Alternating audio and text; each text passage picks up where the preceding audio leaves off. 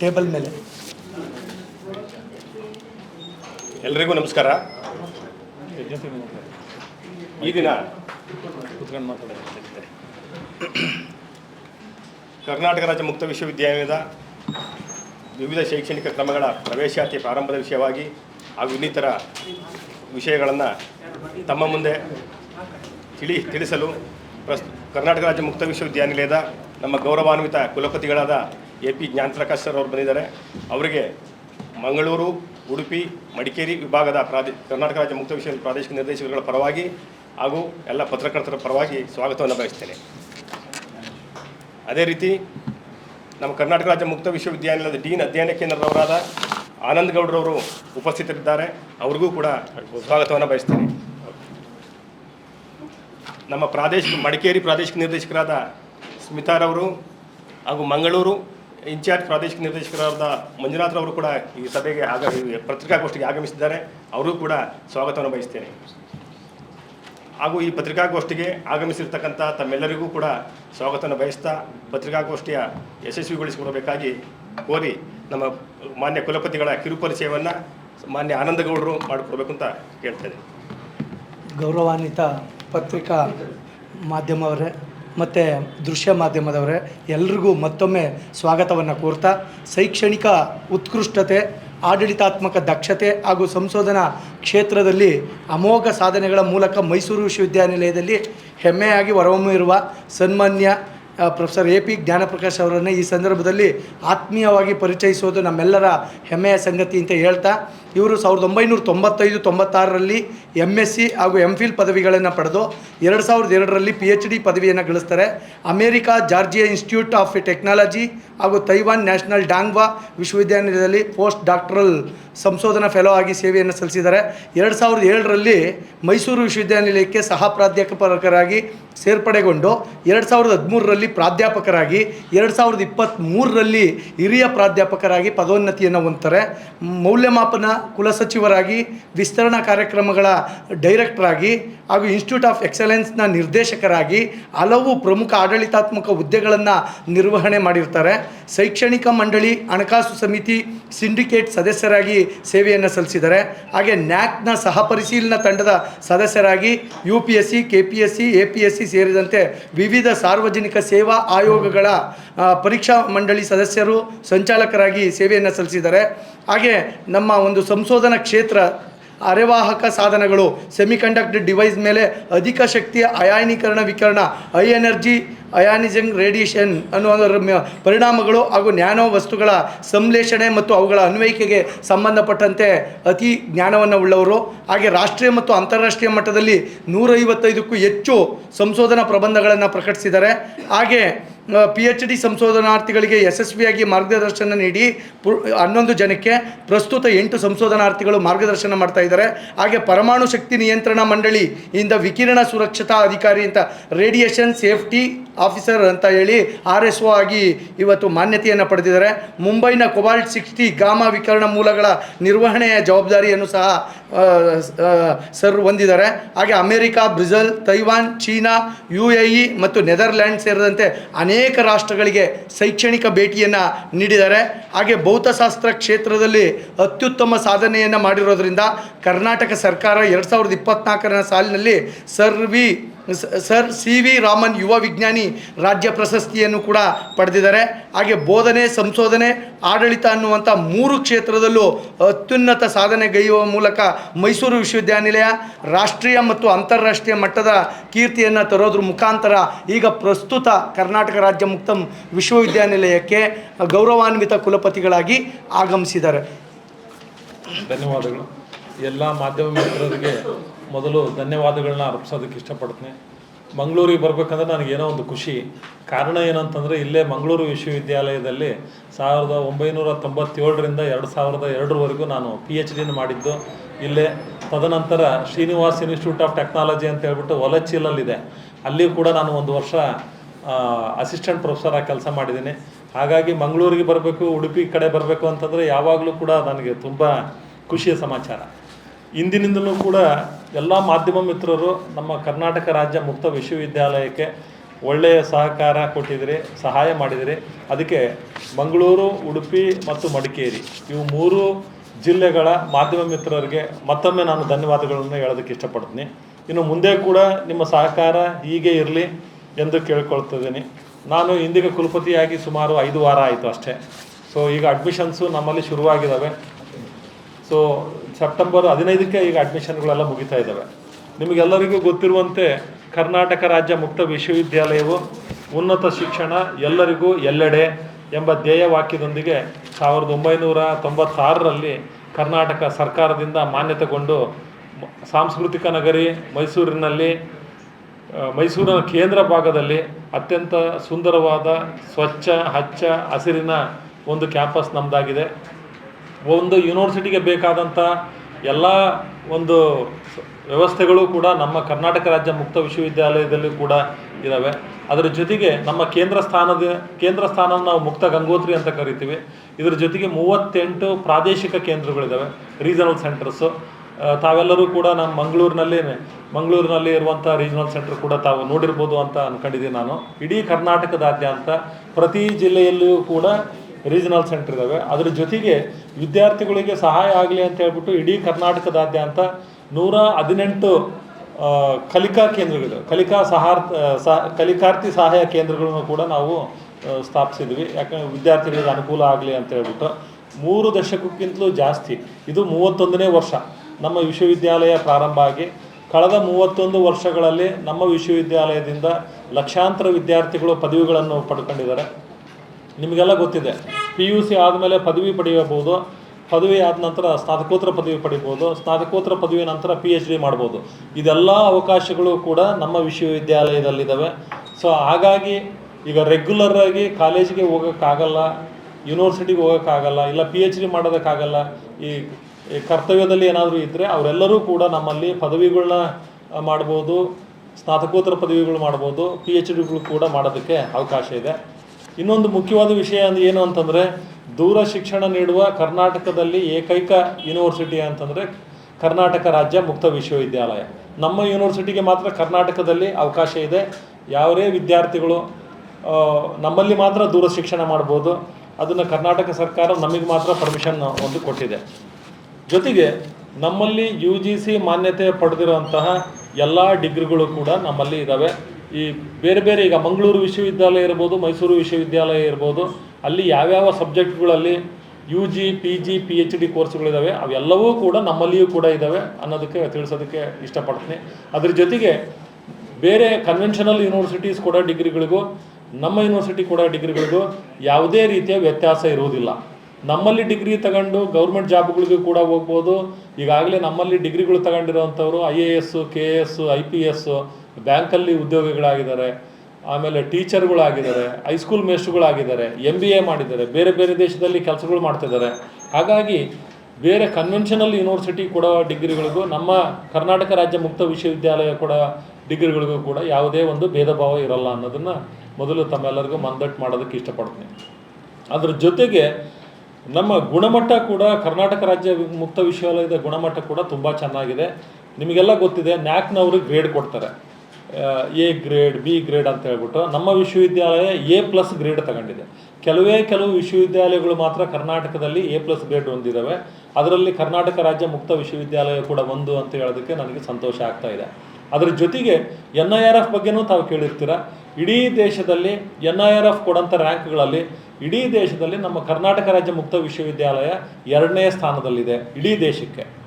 ಅದರ ಜೊತೆಗೆ ಭಾರತ ಸರ್ಕಾರದ ಹಣಕಾಸು ಮಂತ್ರಾಲಯದಲ್ಲಡಿ ಸ್ಥಾಪಿಸುವಾಗಿರುವ NSDC ಇರ್ಬೋದು, NCVET ಇರ್ಬೋದು, ಇದರೊಂದಿಗೆ ನಾವು ಕೌಶಲ್ಯಾಭಿವೃದ್ಧಿ ಕೋರ್ಸ್ಗಳನ್ನು ಕೂಡ ನಡೆಸೋದಕ್ಕೆ ಮಾನ್ಯತೆ ನೀಡೋದಕ್ಕೆ ನಾವು MOU ಮಾಡ್ಕೊಂಡಿದ್ದೀವಿ, ಒಡಂಬಡಿಕೆ ನಾವು ಮಾಡ್ಕೊಂಡಿದ್ದೀವಿ. ಈಗಾಗಲೇ ನಾನು ಹೇಳ್ದಂಗೆ ಸಾಂಪ್ರದಾಯಿಕ ವಿವಿಗಳು ನೀಡುವ ಪದವಿಗಳಿಗೂ ಮತ್ತು ಕರ್ನಾಟಕ ರಾಜ್ಯ ಮುಕ್ತ ವಿಶ್ವವಿದ್ಯಾಲಯ ನೀಡುವ ಪದವಿಗಳಿಗೂ ಯಾವುದೇ ಡಿಫ್ರೆನ್ಸ್ ಇಲ್ಲ, ಸಮಾನ ಅರ್ಹತೆ ಇದೆ. ಜೊತೆಗೆ ನಿಮಗೆಲ್ಲ ಗೊತ್ತಿದೆ, ಈಗ ಪತ್ರಕರ್ತರೇ ನಮ್ಮಲ್ಲಿ ತುಂಬ ಜನ ನಮ್ಮಲ್ಲಿ ಓದಿದ್ದಾರೆ. ಸೊ ತಾವೇನಾದರೂ ಬರೀ ಡಿಗ್ರಿ ಮಾಡಿದರೆ ನೀವು ಕೆಲಸ ಮಾಡ್ಕೊಂಡೇ ನಮ್ಮಲ್ಲಿ PG ಮಾಡ್ಬೋದು. ಇಲ್ಲ ನೀವು ಆಗಲೇ PG ಮಾಡಿದ್ದೀರಾ ಅಂತಂದರೆ ನಮ್ಮಲ್ಲಿ ನೀವು PhDನೂ ಮಾಡೋದಕ್ಕೂ ಅವಕಾಶ ಇದೆ. ಇಲ್ಲೇ ತಮ್ಮ ಹತ್ತಿರದಲ್ಲಿರುವ ರೀಜನಲ್ ಸೆಂಟ್ರಿಗೆ ಹೋಗ್ಬಿಟ್ಟು ಇದೆಲ್ಲ ಮಾಹಿತಿನೂ ಕೂಡ ತಾವುಗಳು ಪಡ್ಕೊಳ್ಬೋದು. ಅದರ ಜೊತೆಗೆ ಏಕಕಾಲದಲ್ಲೇ 2 ಪದವಿ ಕೂಡ ಮಾಡೋದಕ್ಕೆ ನಮ್ಮ ಯೂನಿವರ್ಸಿಟಿಯಲ್ಲಿ ಅವಕಾಶ ಇದೆ. ಈಗ ಯಾರಾದರೂ ಈಗ ರೆಗ್ಯುಲರಲ್ಲಿ ಈಗ MBA ಯಾವುದೋ ಒಂದು ಫೈನಾನ್ಸಲ್ಲಿ ಮಾಡ್ತಾ ಇದ್ದಾರೆ ಮಂಗಳೂರು ಯೂನಿವರ್ಸಿಟಿಯಲ್ಲಿ ಅಂತಂದರೆ, ಬೇರೆ ಡಿಜಿಟಲ್ ಮಾರ್ಕೆಟಿಂಗಲ್ಲಿ ಮತ್ತೆ MBA ನಮ್ಮಲ್ಲಿ ಪ್ಯಾರಲಾಗಿ ಕೂಡ ಮಾಡೋದಕ್ಕೆ ಅವಕಾಶ ಇದೆ. 2 ಡಿಗ್ರಿಗಳನ್ನ UG ಇರ್ಬೋದು, PG ಇರ್ಬೋದು, 2 ಡಿಗ್ರಿಗಳು ಕೂಡ ಮಾಡೋದಕ್ಕೆ ನಮ್ಮ ಯೂನಿವರ್ಸಿಟಿಯಲ್ಲಿ ಅವಕಾಶ ಇದೆ. ನಮ್ಮಲ್ಲಿ ಸಮಾಜದ ಹಲವು ಗಣ್ಯ ವ್ಯಕ್ತಿಗಳು ಕರ್ನಾಟಕ ರಾಜ್ಯ ಮುಕ್ತ ವಿಶ್ವವಿದ್ಯಾಲಯದ ವಿದ್ಯಾರ್ಥಿಗಳಾಗಿರ್ತಾರೆ. ಇಲ್ಲೇ ಮಾನ್ಯ ಖಾದರ್ ಅವರು ಮಿನಿಸ್ಟ್ರು ಕೂಡ ಮಂಗಳೂರಿನ ಮಿನಿಸ್ಟ್ರು ಕೂಡ ನಮ್ಮಲ್ಲಿಯೇ ಅಲ್ಲಿ ಅವರು ಡಿಗ್ರಿ ಮಾಡಿದ್ದಾರೆ. ಇಂದಿನ ಮಾನ್ಯ ಮುಖ್ಯಮಂತ್ರಿಗಳಾದ DK ಶಿವಕುಮಾರ್ ಅವರು ಕೂಡ ನಮ್ಮಲ್ಲೇ PG ಮಾಡಿದ್ದಾರೆ. ಉಮಾಶ್ರೀ ಅವರು ಖ್ಯಾತ ಚಲನಚಿತ್ರ ನಟರು, ಅವರು ನಮ್ಮಲ್ಲೇ PG ಮಾಡಿದ್ದಾರೆ. ಜಯಮಾಲ ಅವರು ನಮ್ಮಲ್ಲೇ PG ಮಾಡಿದ್ದಾರೆ. ರವಿ ಡಿ ಚನ್ನಣ್ಣನವರಂತ ನೀವು ಹೆಸರು ಕೇಳಿರ್ಬೋದು ಅಂತ ಎಲ್ಲರಿಗೂ ಹೆಸರು ಗೊತ್ತಿದೆ. ಅವ್ರದ್ದು IPS ಆಫೀಸರು, ಈಗ at present is an IPS officer, ಅವರು ನಮ್ಮಲ್ಲೇ PhD ಈಗ ಮಾಡ್ತಾ ಇದ್ದಾರೆ. ಅದರ ಜೊತೆಗೆ CT ರವಿ ಅವರು ಕೂಡ ನಮ್ಮಲ್ಲೇ ಓದಿದ್ದಾರೆ. ಅವರು ಈ ಸುಮಾರು ನಾನು ಇಂಥ ಎಕ್ಸಾಂಪಲ್ಗಳು ನಾನು 100 ಕೊಡ್ಬೋದು. ಕೆಲವು ಮುಖ್ಯವಾದ ವ್ಯಕ್ತಿಗಳ ಹೆಸರುಗಳನ್ನ ಮಾತ್ರ ನಿಮಗೆ ಹೇಳೋದಕ್ಕೆ ಇಷ್ಟಪಡ್ತಿದ್ದೀನಿ. ಇಂದಿನ ರಾಜ್ಯಪಾಲರ ಕಾರ್ಯದರ್ಶಿ ಶ್ರೀ ಪಂಕಜ್ ಮೆಹ್ತಾ ಅವರು ಕೂಡ ನಮ್ಮಲ್ಲಿ PhD ಅನ್ನು ಕೂಡ ಮಾಡ್ತಾ ಇದ್ದಾರೆ. ಈಗಾಗಲೇ ನಿಮಗೆಲ್ಲ ತಿಳಿದಿರುವಂತೆ 2026-27 ಜುಲೈ ಆವೃತ್ತಿಯ UGC ಅನುಮೋದಿತ 65 ODL ಕೋರ್ಸ್ಗಳು ಈಗ ಅಡ್ಮಿಷನ್ಸ್ ಈಗ ಪ್ರಾರಂಭ ಮಾಡಿದ್ದೀವಿ. ಜೂನ್ 22ರಿಂದ ಈಗ ಅಡ್ಮಿಷನ್ಸು ಶುರುವಾಗಿದ್ದಾವೆ. ಸೆಪ್ಟೆಂಬರ್ 15 ಕೂಡ ಈಗ ಅಡ್ಮಿಷನ್ಸು ಕೂಡ ಇರ್ತದೆ. ಅದರ ಜೊತೆಗೆ ನಮ್ಮಲ್ಲಿ ಆನ್ಲೈನ್ ಕೋರ್ಸ್ಗಳು ಇದ್ದಾವೆ. ಈಗ ಫಾರ್ ಎಕ್ಸಾಂಪಲ್ಲು ನಾವು ಡಿಸ್ಟೆನ್ಸ್ ಮೋಡಲ್ಲಿ ನಮಗೆ ಓದೋದಕ್ಕೆ ಆಗಲ್ಲ ಅಂತಂದರೆ ಮನೆಯಲ್ಲೇ ಕೂತ್ಕೊಂಡ್ಬಿಟ್ಟು ಆನ್ಲೈನಲ್ಲೇ ಅಪ್ಲಿಕೇಶನ್ ಹಾಕ್ಬಿಟ್ಟು ಆನ್ಲೈನಲ್ಲೇ ನಾವು ಕೊಡುವ ಮೆಟೀರಿಯಲ್ ಎಲ್ಲ ಓದ್ಕೊಂಡು ಆನ್ಲೈನಲ್ಲೇ ಎಕ್ಸಾಮ್ ಬರಿಬೋದು. ಇದು ಯಾರಿಗೆ ಇದು ತುಂಬ ಉಪಯೋಗ ಅಂತಂದರೆ, ಕರ್ನಾಟಕ ರಾಜ್ಯ ಮುಕ್ತ ವಿಶ್ವವಿದ್ಯಾಲಯದ ದೂರ ಶಿಕ್ಷಣ ಏನಿದೆಯಲ್ಲ ಅದು ಕರ್ನಾಟಕಕ್ಕೆ ಮಾತ್ರ ಸೀಮಿತ ಆಗಿದೆ. ಈ ಆನ್ಲೈನ್ ಡಿಗ್ರಿಗಳು ಹೊರಗಡೆ, ಕರ್ನಾಟಕದ ಹೊರಗಡೆಯಿಂದ ವಿದ್ಯಾರ್ಥಿಗಳು ಕೂಡ ನಮ್ಮಲ್ಲಿ ಸೇರ್ಬೋದು. ಹೊರಗಡೆ ದೇಶ, ಇಂಡಿಯಾದ ಹೊರಗಡೆಯವರು ಕೂಡ ನಮ್ಮಲ್ಲಿ ಸೇರ್ಬೋದು. ಅದಕ್ಕೂ ಕೂಡ ನಮ್ಮಲ್ಲಿ ಅವಕಾಶ ಇದೆ. ಈಗಾಗಲೇ ನಿಮಗೆಲ್ಲ ಗೊತ್ತಿರೋಂಗೆ KSOU ಅಕಾಡೆಮಿಕ್ ಒಟ್ಟು 75 ಅಕಾಡೆಮಿಕ್ ಪ್ರೋಗ್ರಾಮ್ಗಳನ್ನ ನಮ್ಮ ವಿಶ್ವವಿದ್ಯಾಲಯದಿಂದ ವತಿಯಿಂದ ಕೊಡ್ತಾಯಿದ್ದೀವಿ. ಈಗ ಕನ್ವೆನ್ಷನಲ್ ಡಿಗ್ರೀಸ್ ಏನಿದೆಯಲ್ಲ UG ಯಲ್ಲಿ ಒಟ್ಟು 9 ಪ್ರೋಗ್ರಾಮ್ಗಳಿದ್ದಾವೆ. BA, BCom, BSc ಮತ್ತು ಬೇರೆ ಬೇರೆ ಕಾಂಬಿನೇಷನ್ಗಳಿದ್ದಾವೆ. ಈಗ CBZ ಇರ್ಬೋದು, PCM ಇರ್ಬೋದು, ಜೊತೆಗೆ BSc IT, BCA, BBA, BSW, bachelor in library and information science, B.Ed. So B.Ed ನಮಗೆ ಕರ್ನಾಟಕ ಸರ್ಕಾರದಿಂದ 500 ಸೀಟುಗಳು ನಮಗೆ ಇಡೀ ಕರ್ನಾಟಕದಲ್ಲಿ ನಮಗೆ ಸ್ಯಾಂಕ್ಷನ್ ಆಗಿದ್ದಾವೆ. ಯಾರೇ ಈಗ ಪ್ರೈಮರಿ ಸ್ಕೂಲ್ ಟೀಚರ್ಸ್, ಯಾರಾದರೂ ಪ್ರೈಮರಿ ಸ್ಕೂಲ್ ಇರ್ಬೋದು, ಹೈಸ್ಕೂಲಲ್ಲಿ ಇದ್ದೂ ಕೂಡ ಪ್ರೈವೇಟ್ ಕಾಲೇಜುಗಳಲ್ಲಿ B.Ed ಮಾಡದೇ ಇರುವಂಥವರು ನಮ್ಮಲ್ಲಿ B.Ed ಮಾಡೋದಕ್ಕೂ ಕೂಡ ಅವಕಾಶ ಇದೆ. ಅದಕ್ಕೆ ನಾವೊಂದು ಕಾಮನ್ ಎಂಟ್ರೆನ್ಸ್ ಟೆಸ್ಟ್ ಇಡ್ತೀವಿ. ಕಾಮನ್ ಎಂಟ್ರೆನ್ಸ್ ಟೆಸ್ಟ್ ಈಗಾಗಲೇ ಡೇಟ್ ಕೂಡ ಫಿಕ್ಸ್ ಆಗಿದೆ. ಈಗ B.Ed ಕೂಡ ಮಾಡೋದಕ್ಕೆ ಅವಕಾಶ ಇದೆ. ನಮ್ಮಲ್ಲಿ ಒಟ್ಟು 30 PG ಕೋರ್ಸುಗಳಿದ್ದಾವೆ. ಅದರಲ್ಲಿ MAಯಲ್ಲೇ 14 ಕೋರ್ಸ್ ಇದ್ದಾವೆ. ನೀವು ಯಾವುದೇ ಒಂದು ವಿಶ್ವವಿದ್ಯಾಲಯಕ್ಕೆ, ಈಗ ಮಂಗಳೂರು ವಿಶ್ವವಿದ್ಯಾಲಯಕ್ಕೆ ಹೋದರೆ ಯಾವ್ಯಾವ ವಿಭಾಗಗಳು ಇದ್ದಾವೋ ಅವೆಲ್ಲ ವಿಭಾಗಗಳು ನಮ್ಮಲ್ಲಿದ್ದಾವೆ. ಕನ್ನಡ ಇರ್ಬೋದು, ಇಂಗ್ಲೀಷು, ಹಿಂದಿ, ಉರ್ದು, ಸಾಂಸ್ಕ್ರಿಟ್, ಜೊತೆಗೆ Telugu, history, economics, political science, public administration, ಈ ರೀತಿ ಬೇರೆ ಬೇರೆ 14 MA ಪ್ರೋಗ್ರಾಮ್ಗಳಿದ್ದಾವೆ. ಜೊತೆಗೆ MSc ಪ್ರೋಗ್ರಾಮ್ಗಳು 11 MSc ಪ್ರೋಗ್ರಾಮ್ ಇದ್ದಾವೆ. ನಮಗೆಲ್ಲ ಗೊತ್ತಿದೆ, physics, chemistry, maths, botany, zoology. ಅದರ ಜೊತೆಗೆ ಈ environmental science, computer science, data science, life science, information technology, ಹೀಗೆ ಬೇರೆ ಬೇರೆ 11 MSc ಕೋರ್ಸ್ಗಳಿದ್ದಾವೆ ನಮ್ಮ ಹತ್ರ. ಅದರ ಜೊತೆಗೆ ನಮ್ಮಲ್ಲಿ ಬೇರೆ ಬೇರೆ 8 ಸ್ಪೆಷಲೈಸೇಷನ್ MBAದಲ್ಲಿದೆ. MCOMಲ್ಲಿದ್ದಾವೆ. MCOM ಕೂಡ ನಾವು ಕೊಡ್ತಾಯಿದ್ದೀವಿ. MCA ಇದೆ, MSW ಇದೆ, master in library and information science ಇದ್ದಾವೆ. ಅದರ ಜೊತೆಗೆ UG ಮತ್ತು PG ಕೋರ್ಸ್ಗಳ ಜೊತೆಗೆ ನಾವು PG ಸರ್ಟಿಫಿಕೇಟ್ ಕೋರ್ಸು ಕೂಡ ನಾವು ಮಾಡ್ತೀವಿ. 1 ವರ್ಷದ ಸರ್ಟಿಫಿಕೇಟ್ ಕೋರ್ಸುಗಳು 13 ಇದ್ದಾವೆ. ಇಂಗ್ಲೀಷ್, ಈಗ ಯಾರಾದರೂ ನನ್ನದಾಗಲೇ PG ಆಗಿಬಿಟ್ಟಿದೆ, ಅದ್ರ ಜೊತೆಗೆ ಅಡಿಷನಲ್ ಆಗಿ ನಾನೇನಾದರೂ ಒಂದು ಸರ್ಟಿಫಿಕೇಟ್ ಕೋರ್ಸ್ ನಾನು ಮಾಡ್ತೀನಿ ಅಂತ ಹೇಳಿದ್ರೆ ಇಂಗ್ಲೀಷ್ ಇದೆ, ಕಮ್ಯುನಿಕೇಟಿವ್ ಇಂಗ್ಲೀಷ್ ಇದೆ, ಹ್ಯೂಮನ್ ರಿಸೋರ್ಸ್ ಮ್ಯಾನೇಜ್ಮೆಂಟ್ ಇದೆ, ಫೈನಾನ್ಷಿಯಲ್ ಮ್ಯಾನೇಜ್ಮೆಂಟ್ ಇದೆ, ಬಿಸ್ನೆಸ್ ಅಡ್ಮಿನಿಸ್ಟ್ರೇಷನ್ ಇದೆ, ಜರ್ನಲಿಸಮ್ ಮತ್ತು ಮಾಸ್ ಕಮ್ಯುನಿಕೇಷನ್ನು ಕೂಡ ಇದೆ 1 ವರ್ಷದ ಸರ್ಟಿಫಿಕೇಟ್ ಕೋರ್ಸು. ಆಮೇಲೆ ಕುವೆಂಪು ಸಾಹಿತ್ಯದ ಬಗ್ಗೆ ಇದೆ, ಬಿಸ್ನೆಸ್ ಲಾ ಬಗ್ಗೆ ಇದೆ, ಇನ್ಫಾರ್ಮೇಷನ್ ಟೆಕ್ನಾಲಜಿ ಇದೆ, ಕಂಪ್ಯೂಟರ್ ಅಪ್ಲಿಕೇಶನ್ ಇದೆ, ಅಂಬೇಡ್ಕರ್ ಸ್ಟಡೀಸ್ ಇದೆ, ಲಿಂಗ್ವಿಸ್ಟಿಕ್ ಕೂಡ ನಮ್ಮಲ್ಲಿ PG ಸರ್ಟಿಫಿಕೇಟ್ ಕೋರ್ಸ್ ಇದೆ. ಅದ್ರ ಜೊತೆಗೆ ಯಾರಿಗೆ 3 ವರ್ಷ ಕಂಟಿನ್ಯೂಸ್ ಆಗಿ ಓದೋಕ್ಕಾಗಲ್ಲ ಅಂತ ಹೇಳ್ತಾರಲ್ಲ, ಬರೀ 1 ವರ್ಷದ ಡಿಪ್ಲೊಮಾ ಕೂಡ ನಮ್ಮಲ್ಲಿದೆ. ಇಲ್ಲ ಈಗಾಗಲೇ UG ಒಂದು ಡಿಗ್ರಿ ಮಾಡಿಬಿಟ್ಟಿದ್ದೀನಿ, ಅದ್ರ ಜೊತೆಗೆ ನಾವು ಅಡಿಷನಲ್ ಆಗಿ ಏನಾದರೂ ಮಾಡ್ತೀವಿ ಅಂತಂದರೆ ನಾವು ಯು ಜಿ ಡಿಪ್ಲೊಮಾ ಕೋರ್ಸ್ ಕೂಡ ಕೊಡ್ತೀವಿ. ನಮ್ಮಲ್ಲಿ Kannada, journalism, information technology, computer application, ಜೊತೆಗೆ ಟ್ರಾನ್ಸ್ಲೇಷನಲ್ ಸ್ಟಡೀಸು, ಪ್ರಿಡಿಕ್ಟಿವ್ ಅಸ್ಟ್ರಾಲಜಿ ಕೂಡ ನಮ್ಮಲ್ಲಿದೆ. ನಿಮಗೆ ಬೇರೆ ಕರ್ನಾಟಕದಲ್ಲಿ ಎಲ್ಲಿಯೂ ಕೂಡ ನೀವು ಕೇಳಿರ್ಲಿಕ್ಕಿಲ್ಲ. ಅದ್ರ ಜೊತೆಗೆ ಮುಂಡೇನ ಅಸ್ಟ್ರಾಲಜಿ ಅನ್ನೋದಿದೆ. ಆಮೇಲೆ ವಾಸ್ತು ಅಸ್ಟ್ರಾಲಜಿ ಇದೆ. ಅಸ್ಟ್ರಾಲಜಿಗೆ ಸಂಬಂಧಪಟ್ಟಂಗೆ ನಮ್ಮ ಹತ್ರ 3 ಡಿಪ್ಲೊಮಾ ಕೋರ್ಸುಗಳಿದ್ದಾವೆ. ಅದ್ರ ಜೊತೆಗೆ ಯು ಜಿ ಸರ್ಟಿಫಿಕೇಟ್ ಕೋರ್ಸೂ ಇದೆ. ಯು ಜಿ ಸರ್ಟಿಫಿಕೇಟ್ ಕೋರ್ಸ್ ಅಂದರೆ 6 ತಿಂಗಳು 9 ತಿಂಗಳದ ಕೋರ್ಸ್ಗಳು ಕೂಡ ನಾವು ಮಾಡ್ತೀವಿ. ಸೊ ಯು ಜಿ ಸರ್ಟಿಫಿಕೇಟ್ ಕೋರ್ಸ್ಗಳು 4 ಇದ್ದಾವೆ. ಪಂಚಾಯತ್ ರಾಜ್ ಈಗೆಲ್ಲ ನೋಡಿದ್ದೀವಿ. ಪಂಚಾಯತ್ ರಾಜ್ ಈಸ್ ಹೊಸದಾಗಿ ಒಂದು ವಿಶ್ವವಿದ್ಯಾಲಯನೇ ಶುರುವಾಗಿದೆ. ಬಟ್ ಸರ್ಟಿಫಿಕೇಟ್ ಕೋರ್ಸ್ ನಾವು ಕೂಡ ಕೊಡ್ತಾ ಇದ್ದೀವಿ. ಇನ್ಫಾರ್ಮೇಷನ್ ಕಮ್ಯುನಿಕೇಷನ್ ಟೆಕ್ನಾಲಜಿ ಕೊಡ್ತಾ ಇದ್ದೀವಿ. ಟ್ರಾನ್ಸ್ಲೇಷನಲ್ ಸ್ಟಡೀಸಲ್ಲಿಯೂ ಕೂಡ ಯು ಜಿ ಸರ್ಟಿಫಿಕೇಟ್ ಕೊಡ್ತಾ ಇದ್ದೀವಿ. ಆಮೇಲೆ ಜ್ಯೋತಿರ್ವಿಜ್ಞಾನದಲ್ಲಿಯೂ ಕೂಡ ನಾವು ಒಂದು ಸರ್ಟಿಫಿಕೇಟ್ ಕೋರ್ಸ್ನ ನಾವು ಶುರು ಮಾಡಿದ್ದೀವಿ. ಇದ್ರ ಜೊತೆಗೆ ನಮ್ಮಲ್ಲಿ 10 ಆನ್ಲೈನ್ ಪ್ರೋಗ್ರಾಮು, ನಾನು ಆಗಲೇ ಹೇಳಿದೆ, ಇದೆಲ್ಲ open and distance learning ODL ಪ್ರೋಗ್ರಾಮ್ಗಳು ಕರ್ನಾಟಕಕ್ಕೆ ಮಾತ್ರ ಸೀಮಿತ ಆಗಿದ್ದಾವೆ.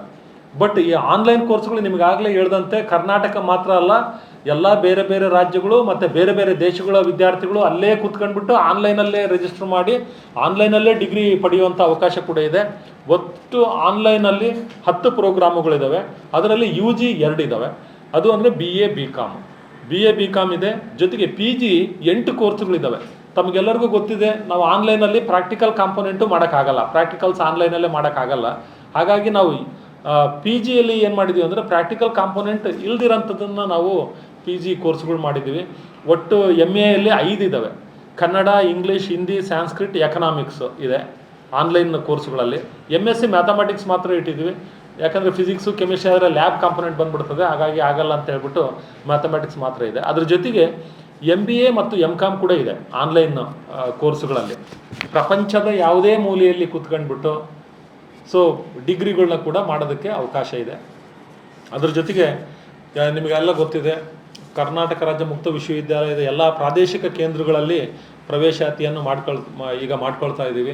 ಈ ಕಲಿಕಾರ್ಥಿ ಸಹಾಯ ಕೇಂದ್ರ ಅಂತ ಹೇಳ್ತೀವಿ, ಇಲ್ಲ ಸ್ಟಡಿ ಸೆಂಟರ್ ಅಂತ ನೀವು ಸಿಂಪಲ್ಲಾಗಿ ಏನಾದರೂ ಯೋಚನೆ ಮಾಡಿದರೆ ಅಲ್ಲಿ ಸುಮಾರು ಒಂದು 5-6 ಸ್ಟಡಿ ಸೆಂಟರ್ ಇದ್ದಾವೆ ನಮ್ಮ ಮಂಗಳೂರು ಮತ್ತು ಉಡುಪಿ ರೀಜನಲ್ಲಿ. ಅಲ್ಲೇ ಹತ್ತಿರದಲ್ಲಿ ಎಲ್ಲಿ ಸ್ಟಡಿ ಸೆಂಟರ್ ಇರ್ತದೋ ವಿದ್ಯಾರ್ಥಿಗಳಿಗೆ ಹೋಗ್ಬಿಟ್ಟು ಮಾಹಿತಿ ಪಡ್ಕೊಳ್ಬೋದು.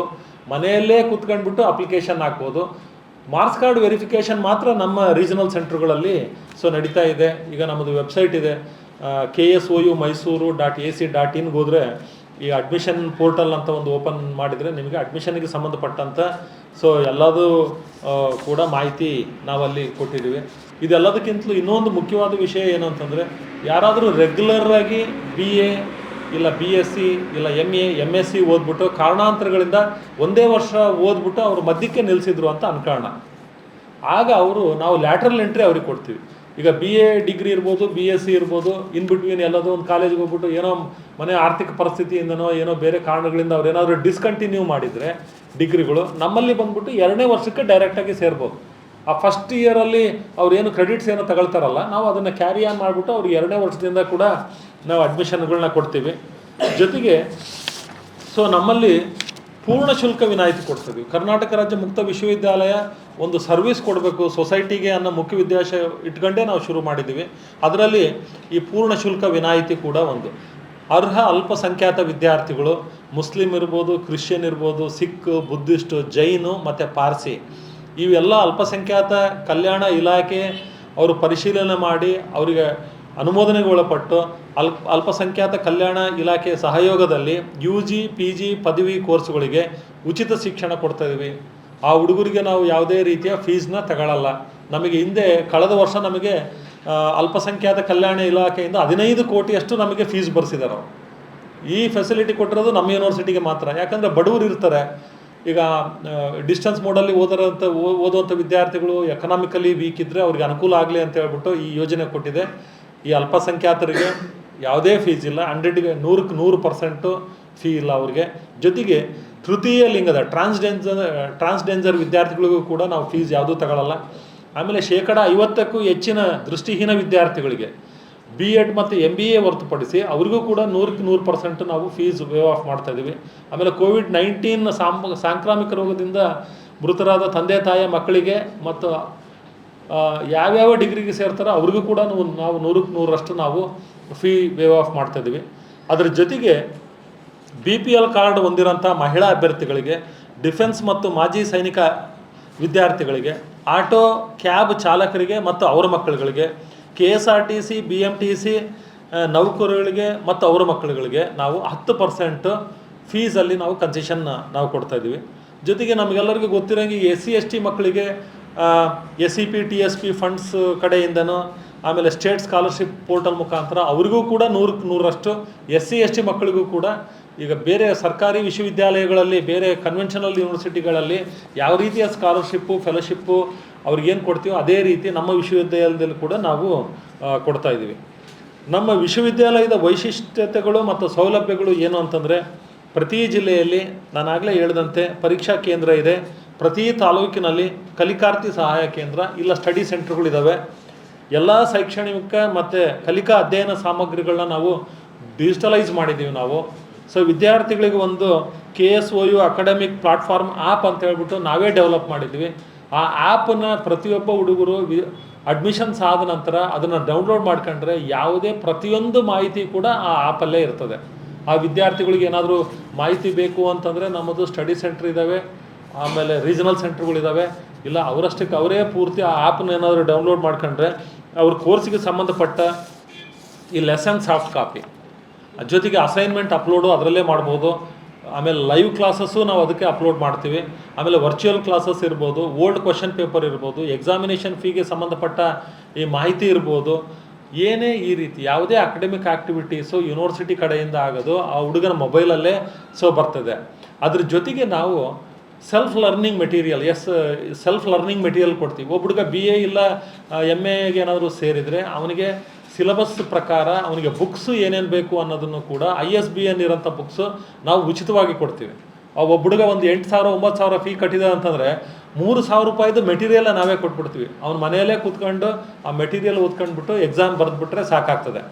ಜೊತೆಗೆ ವಿದ್ಯಾರ್ಥಿಗಳಿಗೆ ಬಿಡುವಿನ ಸಮಯದಲ್ಲಿ ಆನ್ಲೈನಲ್ಲಿ ಅಭ್ಯಾಸ ಮಾಡೋದಕ್ಕೆ ಅನುಕೂಲ ಆಗಲಿ ಅಂತ ಹೇಳ್ಬಿಟ್ಟು ನಾವು ಕರ್ನಾಟಕ ರಾಜ್ಯ ಮುಕ್ತ ವಿಶ್ವವಿದ್ಯಾಲಯದ ಒಂದು ದೃಶ್ಯವಾಹಿನಿ ಕೂಡ ನಾವು ಓಪನ್ ಮಾಡಿದ್ದೀವಿ. ಯೂಟ್ಯೂಬ್ ಚಾನಲ್ ಮಾಡಿದ್ದೀವಿ. ಆ ಯೂಟ್ಯೂಬ್ ಚಾನಲಲ್ಲಿ ವಿದ್ಯಾರ್ಥಿಗಳಿಗೆ ಬೇಕಾದ ಎಲ್ಲ ಅಧ್ಯಾಪಕರು ಮಾಡಿರುವಂತಹ ಪ್ರತಿಯೊಂದು ಬೋಧನಾ ವಿಡಿಯೋಗಳು ಕೂಡ ನಾವು ಅದರಲ್ಲಿ ಅಪ್ಲೋಡ್ ಮಾಡಿರ್ತೀವಿ. ನಾವು ಯಾವುದೇ ಶೈಕ್ಷಣಿಕೇತರ ಕಾರ್ಯಚಟುವಟಿಕೆಗಳನ್ನು ವಿದ್ಯಾರ್ಥಿಗಳಿಗೆ ವಿಡಿಯೋ ಮುಖಾಂತರನೇ ನಾವು ಕೊಡ್ತಾ ಇದ್ದೀವಿ.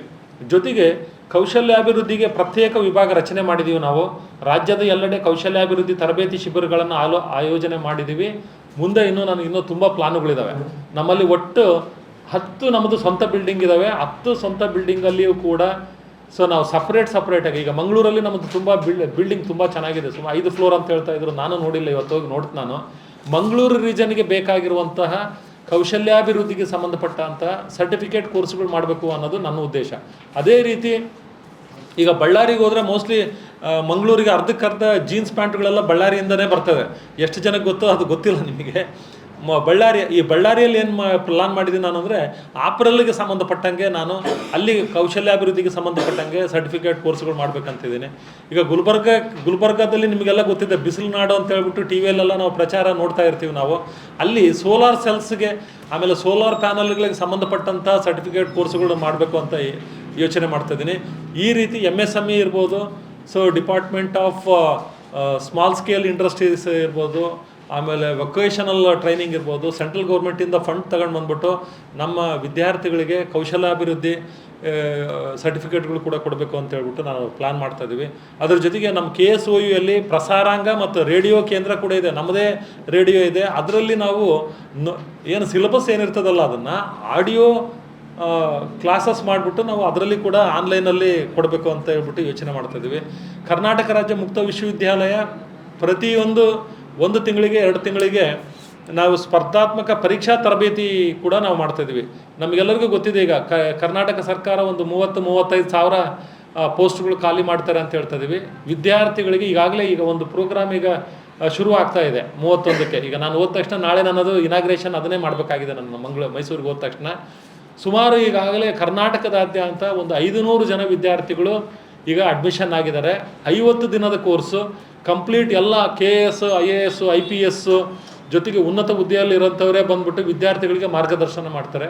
ಅದನ್ನು ಒಂದು 50 ದಿನದ ಪ್ರೋಗ್ರಾಮು ಇನ್ಕ್ಲೂಡಿಂಗ್ ಅಕಾಮಡೇಷನ್ ನಾವು ಮಾಡ್ತಾಯಿದ್ದೀವಿ ವಿತ್ ಫ್ರೀ. ಕರ್ನಾಟಕದ ಯಾರೇ ಬಡವರು ಬಂದ್ಬಿಟ್ಟು ನಮ್ಮಲ್ಲಿ ಫ್ರೀ, ಆಲ್ಮೋಸ್ಟ್ ಫ್ರೀ ಊಟ ಅದಂದ್ಬಿಟ್ಟು ಒಂದು 2-3 ಸಾವಿರ ರೂಪಾಯಿ ತಗೊಳ್ತೀವಿ 50 ದಿನದ ಪ್ರೋಗ್ರಾಮಿಗೆ. ಅದನ್ನು ಕೂಡ ನಾವು ಸರ್ವಿಸ್ ಮಾಡ್ತಾಯಿದ್ವಿ. ಆಮೇಲೆ ಇನ್ನೊಂದು ಮುಖ್ಯ ವಿಚಾರ ಏನಂದರೆ, ನಮ್ಮಲ್ಲಿ ಯಾರು ಈ ಕಾಂಪಿಟೇಟಿವ್ ಎಕ್ಸಾಮಿಗೆ ಪ್ರಿಪೇರ್ ಆಗ್ತಾರೆ ನೋಡಿ, ಪ್ರತಿಯೊಂದು ಬ್ಯಾಚಲ್ಲಿಯೂ ಕೂಡ ಅವರು ವಿದ್ಯಾರ್ಥಿಗಳು ಕಾಂಪಿಟೇಟಿವ್ ಎಕ್ಸಾಮ್ನ ಪಾಸ್ ಮಾಡ್ತಿದ್ದಾರೆ. ನಮ್ಮಲ್ಲಿ ಕಾಂಪಿಟೇಟಿವ್ ಎಕ್ಸಾಮ್ ಟ್ರೈನಿಂಗ್ ಪಡೆದಿರೋಂಥವ್ರು ಇವತ್ತು KS ಇದ್ದಾರೆ, IAS ಇದ್ದಾರೆ. ನಾನು ಹೊಸದಾಗಿ ಕುಲಪತಿ ಆಗಿರೋದ್ರಿಂದ ಹೇಳಿದ್ದೀನಿ, ಒಂದು ಅಲುಮ್ನಿ ಅಸೋಸಿಯೇಷನ್ ಮಾಡೋಣ, ನಾವು ಅವ್ರನ್ನೆಲ್ಲ ಕರೆಸ್ಬಿಟ್ಟು ಈ ಹುಡುಗರಿಗೆ ನಾವು ಮೋಟಿವೇಶನ್ ಮಾಡೋಣ ಅಂತ. ಕರ್ನಾಟಕದಾದ್ಯಂತ ಇದ್ದಾರೆ ನಮ್ಮವರು, KSOಯಲ್ಲಿ ವಿದ್ಯಾಭ್ಯಾಸ ಮಾಡಿ KS IAS IPS ಮಾಡಿದಂಥವ್ರು, ಅವ್ರನ್ನೆಲ್ಲರನ್ನೂ ಒಂದು ಅಲುಮ್ನಿ ಮಾಡೋಣ ಅಂತ ಹೇಳ್ಬಿಟ್ಟು ಅದನ್ನು ಕೂಡ ಯೋಚನೆ ಮಾಡ್ತಾಯಿದ್ದೀವಿ. ಈಗ ಬೇರೆ ಈಗ UG ಕೋರ್ಸ್ಗಳು ಅವೆಲ್ಲ ಸೆಮಿಸ್ಟರ್ ಸಿಸ್ಟಮ್ ಬೇರೆ ವಿಶ್ವವಿದ್ಯಾಲಯದಲ್ಲಿ ಹೇಗಿದಾವೋ ಅದೇ ರೀತಿ ನಮ್ಮಲ್ಲಿಯೂ ಕೂಡ ಇದ್ದಾವೆ. ಜೊತೆಗೆ UG ವಿದ್ಯಾರ್ಥಿಗಳಿಗೆ ನಾವು ವಾರಾಂತ್ಯ ಸಮಾಲೋಚನಾ ತರಗತಿ ಮಾಡ್ತೇವೆ. PG ವಿದ್ಯಾರ್ಥಿಗಳಿಗೆ ಸಂಪರ್ಕ ಕಾರ್ಯಕ್ರಮಗಳನ್ನ ನಾವು ಮಾಡ್ತಾಯಿದ್ದೀವಿ. ಜೊತೆಗೆ ನಮ್ಮಲ್ಲಿ ಸುಸಜ್ಜಿತವಾದ ಗ್ರಂಥಾಲಯ ಇದೆ, ಲೈಬ್ರರಿ ಇದೆ.